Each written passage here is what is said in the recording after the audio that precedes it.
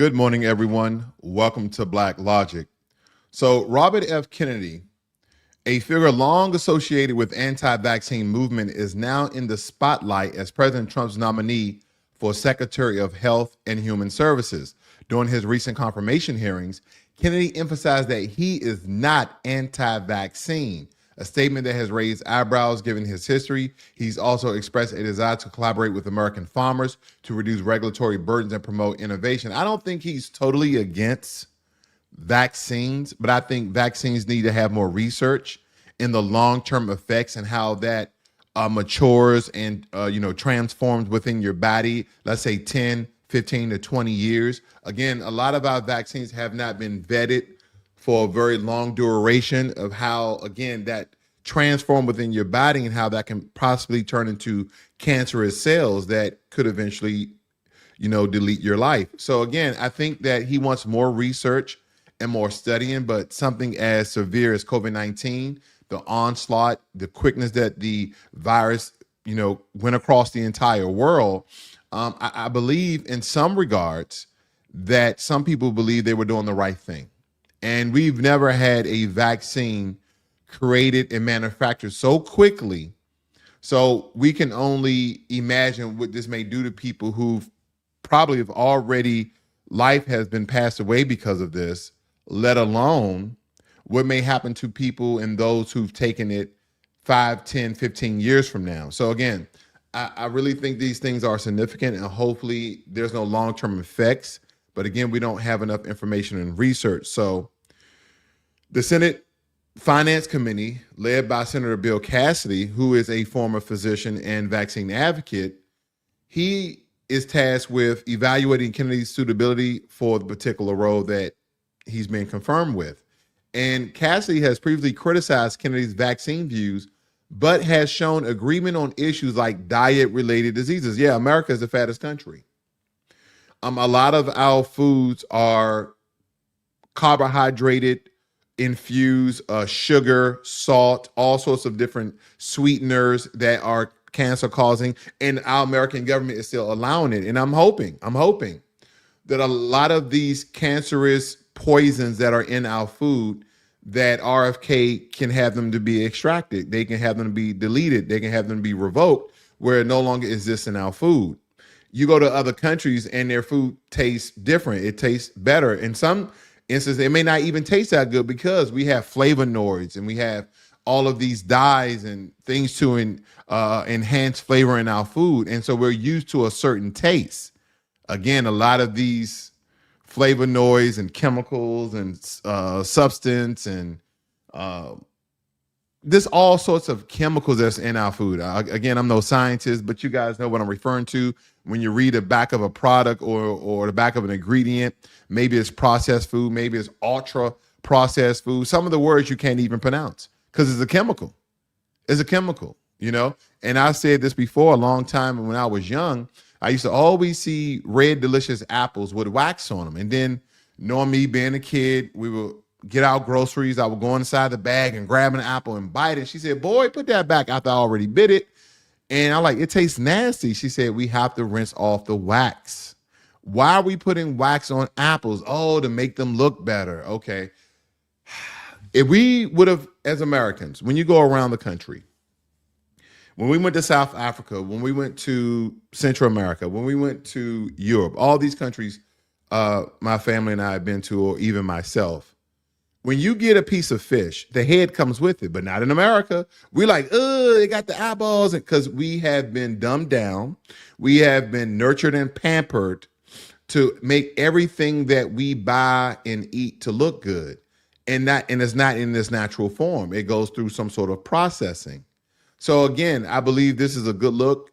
And again, I hope he makes the changes that I believe we all think that he's going to make. Now, of course, for quite some time, Trump has been touting that he wants to essentially buy Greenland or take control of Greenland.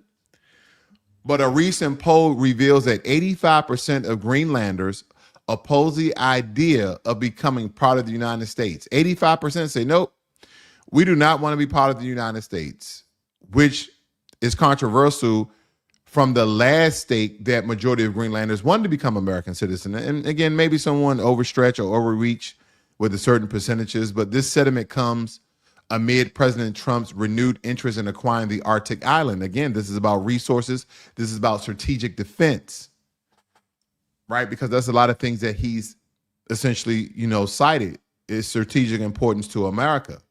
But the Danish prime minister expressed satisfaction with the poll results, reaffirming that Greenland is not for sale and emphasizing the island's autonomy within the Kingdom of Denmark. Meaning, yeah, we do some things for Greenland, but they have their own autonomy. They have their own government.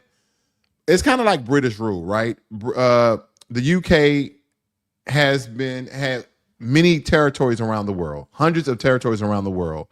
And slowly but surely, a lot of Caribbean nations and other nations are moving themselves away from the UK by the way of Great Britain, right? They no longer want to be under British rule.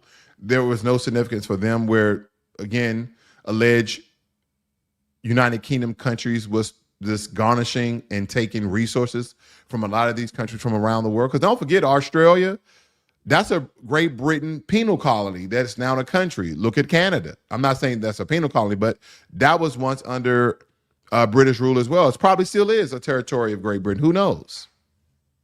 But these are some things that a lot of countries want to move away and be their own country. But Greenland doesn't have the money. They don't have the defense. So again, they rely on Denmark for that. Now, retail giant Target has recently scaled back its diversity, equity, and inclusion initiatives, a move that has drawn criticism from Black entrepreneurs. I do not know why. Brands like Oh Happy Danny have begun removing their products from Target shelves in response. This decision has led to calls for boycotts with concerns that reducing DEI efforts could harm minority-owned business that rely on partnership with major retailers. Again, Black Americans in this country is 43 to 44 million strong. Some people lose to 45 million. Let's just say 44.5 million Black Americans who have been here since 1526. That's right, before 1619. Any of you go with the date of 1619, we've been here before the inception of the country. 1776, July 4th, the independence from Great Britain. We fought in those wars. We fought in all the major wars. We are citizens. They can retract, they can enact, they can roll back a lot of these executive orders. It will still not take away our citizenship because this is our country.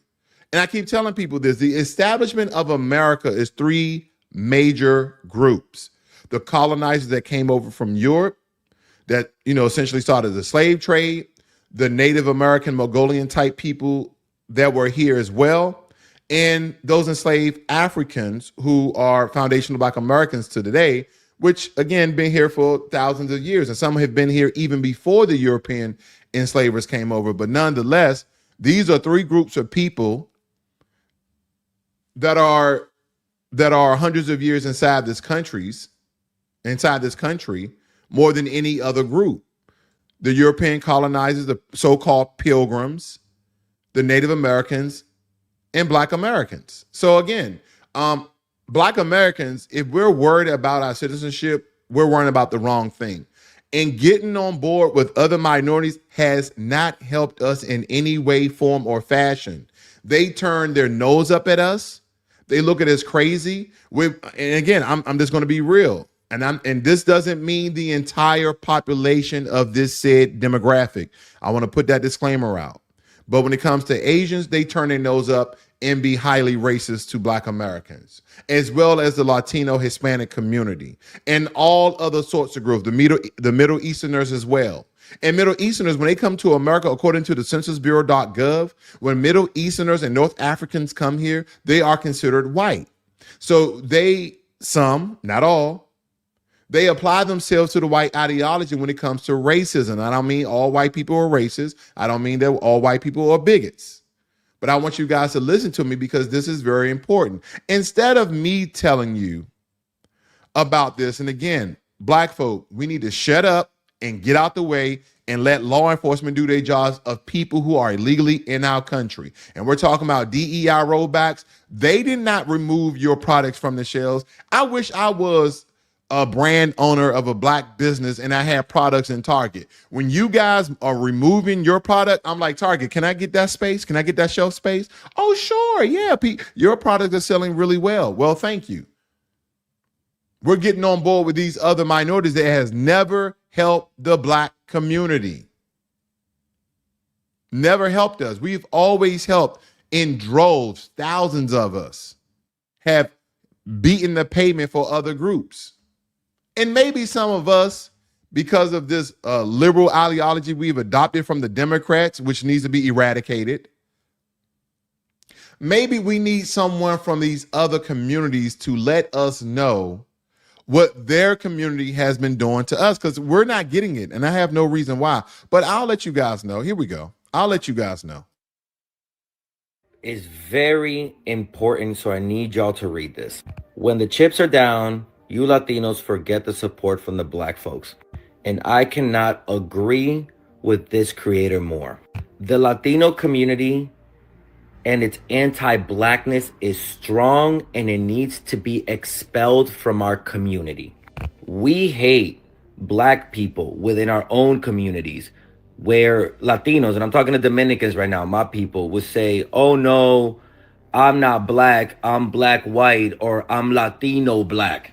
Whatever excuse to remove themselves from being African American, US black. The anti-blackness, the colorism in our community is so fucking toxic that is how white supremacists were able to split us up against each other, Latino against Latino, and also Latino against black Americans.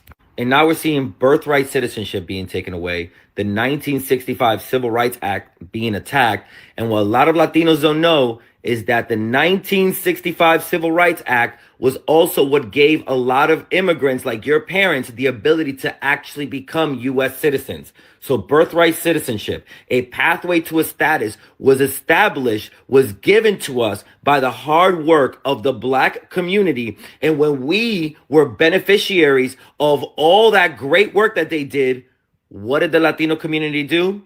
Spit in their face by voting for Trump, and now all that hard work is being wiped away.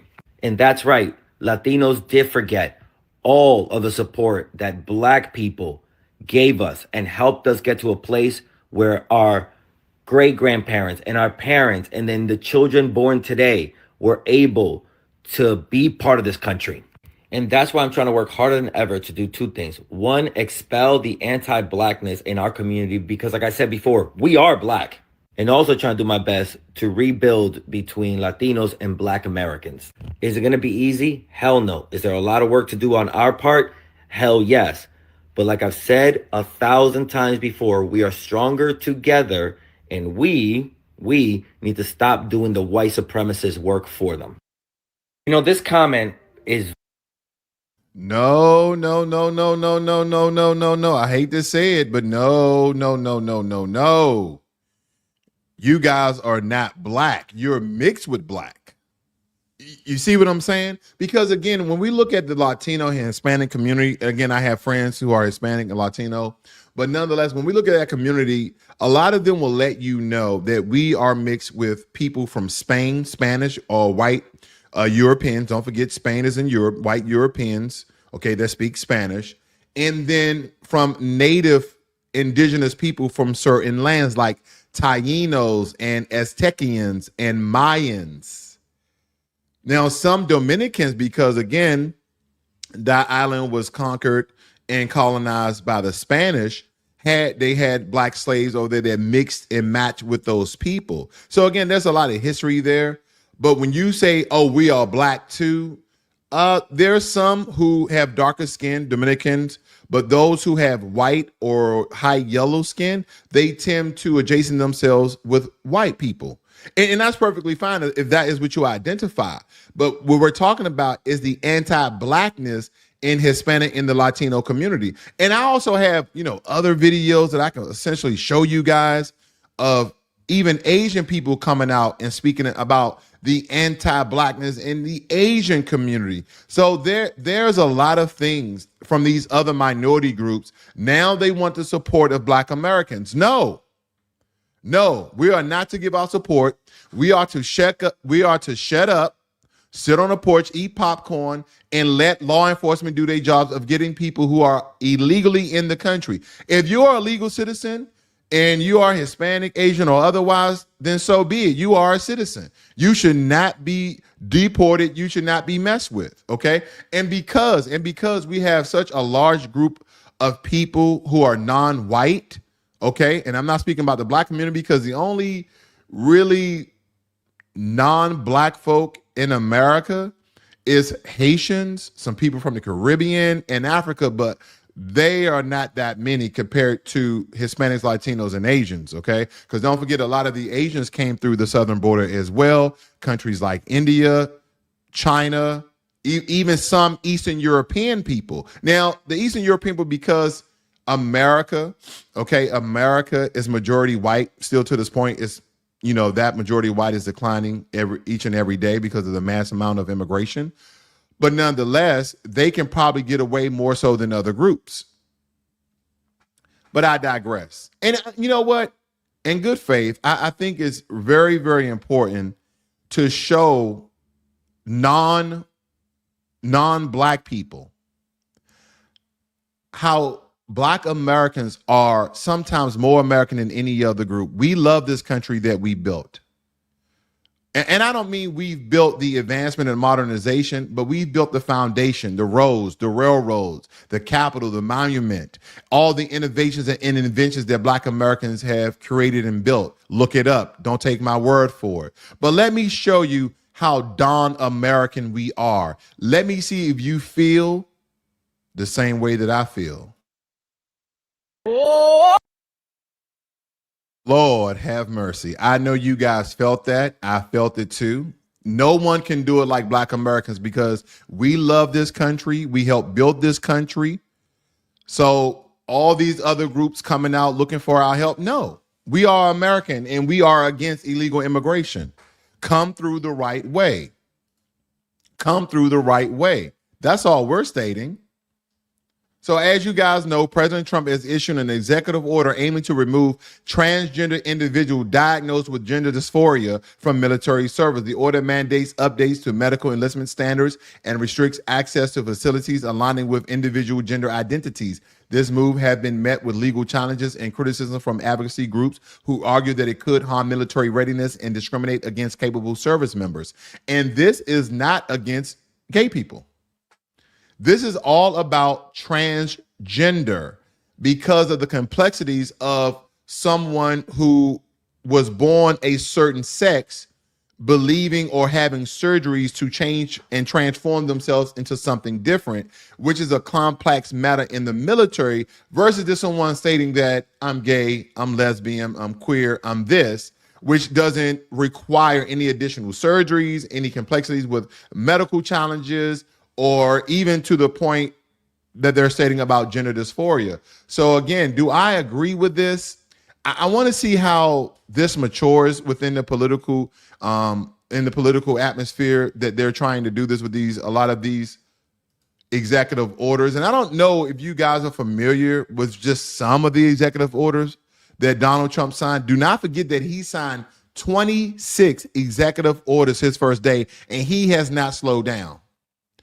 President Trump has not slowed down when it comes to the executive orders that he signed. He signed ending the weaponization of the federal government, initial recessions of harmful executive orders and actions, rescinding a lot of Joe Biden's executive orders, restoring freedom of speech and ending federal censorship, America's First Policy Directive to the Secretary of State, ending radical and wasteful government DEI programs and preferencing, holding former government officials accountable for election interference, unleashing Alaska estuary resource potential. That means drill, baby, drill, release those reserve pumps, make gas cheap again. Also, unleashing American energy, withdrawing the United States from the World Health Organization, declaring a national energy emergency, declaring a national invasion border, designating cartels as foreign terrorist organizations, establishing the present Department of Government Efficiency, protecting the American people against invasion, protecting the meaning and value of American citizenship. And that's not even all the executive order. I believe that was only like 14 or 15. Because as we look at this, in a significant policy shift, President Trump has signed an executive order attempting to end birthright citizenship. And we are familiar with this one. I covered this before. But it's for children born in the U.S. to non-citizen parents, including legal immigrants, because this move could impact over 1 million Indians, that's from the country of India, awaiting green cards, as their U.S.-born children may no longer receive automatic citizenship. And legal experts anticipate constitutional challenges, citing the 14th Amendment provision granting citizenship to all U.S. born on U.S. soil. Again, unfortunately, we have a term for that. They're called anchor babies, where because your child was born here, maybe on a work visa, maybe you're here on a student visa, maybe you're here on a green card, or you're here illegally and you have a child here, you use a lot of our loopholes, a lot of our laws in place like DACA to anchor yourself inside of our country, okay? Also, I know you guys can't see that well. Let's see here. But again, Trump has maintained a rapid pace of executive actions. He has ordered all federal employees return to work in person by February 6th or resign. Like if you don't come in by February 6th, you have to go. But he's also offered a buyout option equivalent to 8 months' salary for those who choose to leave voluntarily. 8 months' salary, okay, gives you an opportunity to possibly learn some new skills, take a couple of courses, or just find a new job. But this directive has sparked discussions about workplace flexibility and the future of remote work in federal agencies. And I understand there's going to be a large amount of people who are essentially exiting, the federal government, And this is one thing I wanted to cover before I give you some context on what I just stated. This is about Medicaid. A lot of people were asking, because of the federal funding freeze, does that affect Medicare? I won't stay here long. And the question and the answer is false. No, the federal funding freeze does not affect Medicaid. But as we look at a lot of these executive orders, the question that we should all have, does it benefit America, and how does it benefit America? And when it comes to Black Americans, again, I stress to you, I pray to you, I scream at you, that we stay out of the way, because these other groups has not supported us the way we have supported them. And just for anyone who has essentially missed it, it's very important that Black Americans, again, show you that we are more American than some of the Americans have been here, because we've been here for a very, very long time. The reports of the reports of Black people in this country dates back to 1526. And I can even pop up something very quickly here. I think that's important. Just bear with me. Here as I pop this up.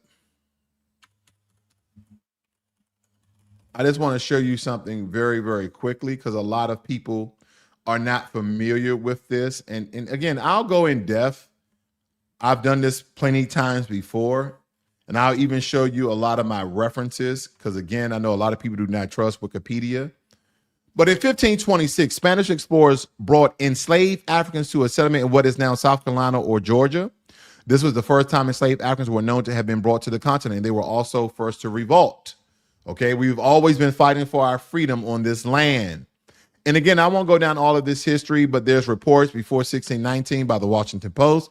There was 1526, the Library of Congress, beyond 1619, and that's a .gov. Bunk history, again, history.com. You see 1526, 1526, 1526. So we have been here for a very, very long time. And just to end this broadcast on a very positive and good note, here is a message from our sponsor.